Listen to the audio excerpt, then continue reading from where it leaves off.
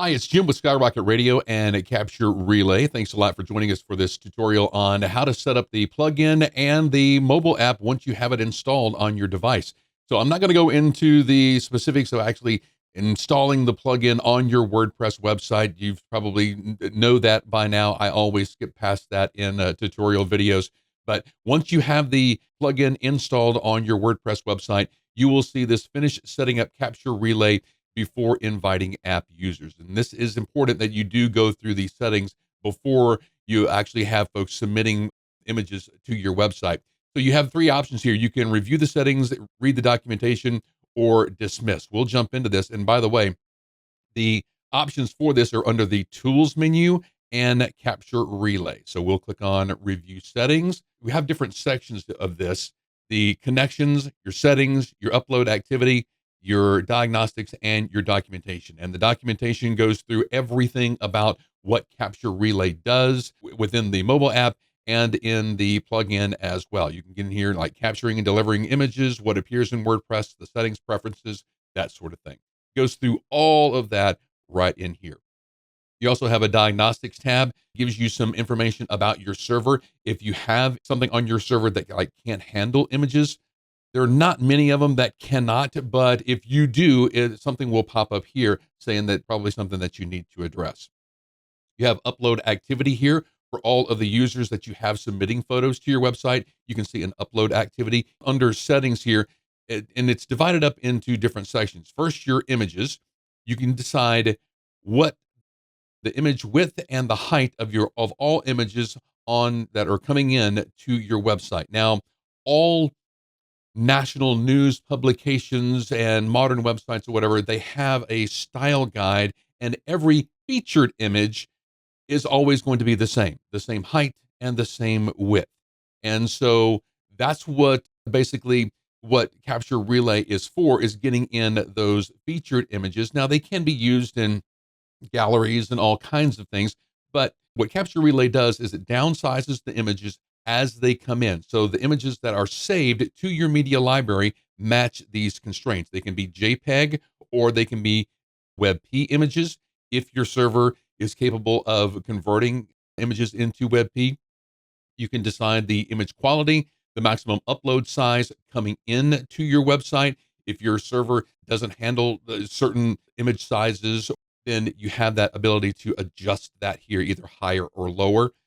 For image credit, inside of the mobile app that we'll get to a little bit later on, each user has a place to put their name. They will appear as the image credit on all of the images that they supply to your website. How do you want that to look within your image captions? You get to decide that, like courtesy of, photo by, or whatever like that. And then you put the little, or the parentheses, the credit. And so that's where that from their mobile app is going to appear on your website. Let's say they don't have that enabled. They don't have it populated within their mobile app. It's just blank. The images that they send you will not say photo by nothing. It just won't appear at all. But you can decide a default copyright value. Like for this website right here, we may want to say, and so that would be the default if they do not supply it within their app. And then do you want to enable mobile uploads or disable them? Why would you want to disable them? This is what the plugin is for, right? Well, you might want to disable this. Let's say you're moving sites, moving servers or something like that, and you don't want to possibly lose any images within that migration. You have the ability to, you're essentially pausing it here, and then you can re-enable it. And do you want to accept new connection requests or not? Let's say that everybody on your news team has a copy of Capture Relay. You're not accepting any new requests, but somebody may, find out that you have the, this plugin and then want to be bombing you with requests or whatever. You can disable that right here. How long should requests last before they have to, resubmit their request? Maximum pending requests. And you have a lot of little granular things right here that you can, depending on your server and depending on your needs, control how many of those requests come in and how often. And then down here, if you want to send approval request emails, of course you probably do, or maybe you want to disable it. You don't want to get the emails, but you come back in and you check the website every 12 to 6 hours or whatever. So Nothing's going to get by you. That's perfectly fine. We leave that enabled. You want to send an email after each image upload. I personally like to enable that because I like to get a copy of all of the images that I know that are coming in to my news website from everybody who has that. So you're able to see the images that are coming in as they are coming in real time. And then do you want to email again for repeat device request?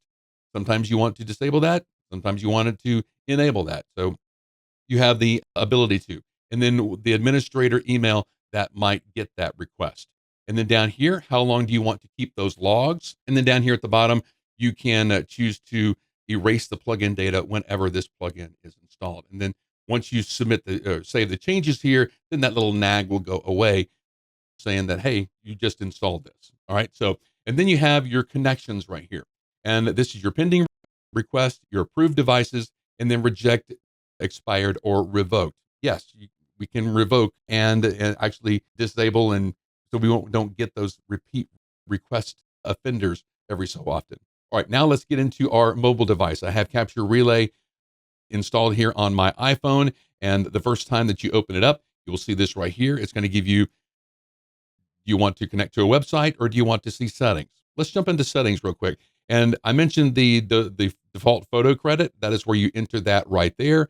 And then you come down here. Do I want to save photos taken with this device to this device, or do I want to disable it? I recommend that you leave that everybody leaves this enabled, because if something happens, you delete a photo from their website, they'll have it saved on their device. So nothing's going to happen in the relay of that image because it's queued on your device until that it shows that their website has accepted it. But something may happen to the image actually on the server or on your website, and there's a back of it on this device right here. And then do you want to show a camera grid as you're taking images? And then you have links to our support, privacy policy, and terms.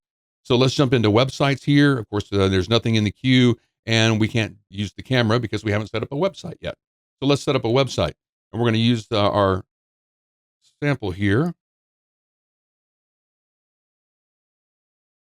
And then for device name, you want to give it something that the administrator of this website will know that it's you. So that could be your name if you want to. You don't have to put your name in there. This is just something about this device that recognizes you to that administrator. And then we'll say request access. And we see now that we have CaptureRelay.news for this device, and we are awaiting approval. Now let's go back into the website and we can refresh the admin here.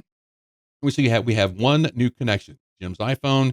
We don't have the model. Some Android devices will actually show the model of device right here. Nothing here that has personal information. The platform that they're on right here, when they requested it, when this request is going to expire. And we can approve, reject, or reject and block this. And if we reject and block this, we won't receive any more requests from this device ever. So we'll approve this. All right. And we see them there as we can change their device name if we want to. We can revoke it, or we can revoke and block it. All right. So let's go back into our app. We can refresh the status here, or just wait a few moments and it'll refresh automatically. And we'll see that we are approved. If we have multiple websites in here, and you can actually submit images to multiple websites, and whatever of their image sizes that they require, your image will be resized to that image size on their website. So if you have a website that has, for this website, our images are 800 by 500. On your website, you may want 1,000 by 660, whatever. You can do that. What it will do is it will send the same image to both websites in the size that they require. It will be saved on their website in their particular size.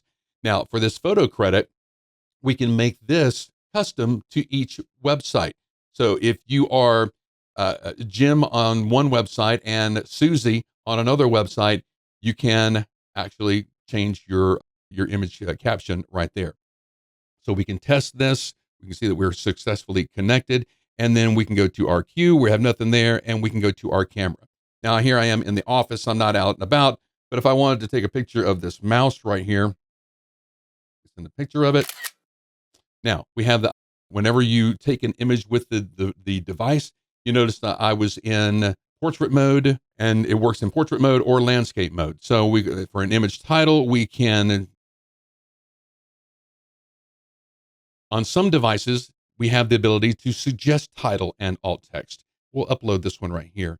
For suggest title and alt text, it actually uses onboard AI for iOS and Android devices. Now, their onboard AI, is getting better by the day. It's not perfect right now. It's not perfect within our app either. And so we're not promising that it is, but we are not actually pulling any of the open models out there like OpenAI or Perplexity or Claude or anything like that.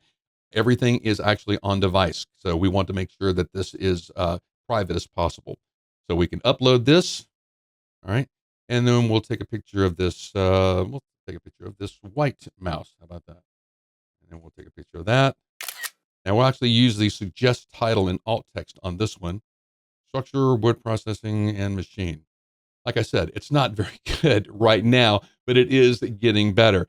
So you'll have to go in there and edit those. This AI will actually be getting better over time. And then we'll hit upload on this one as well. All right, you see we have nothing in our queue.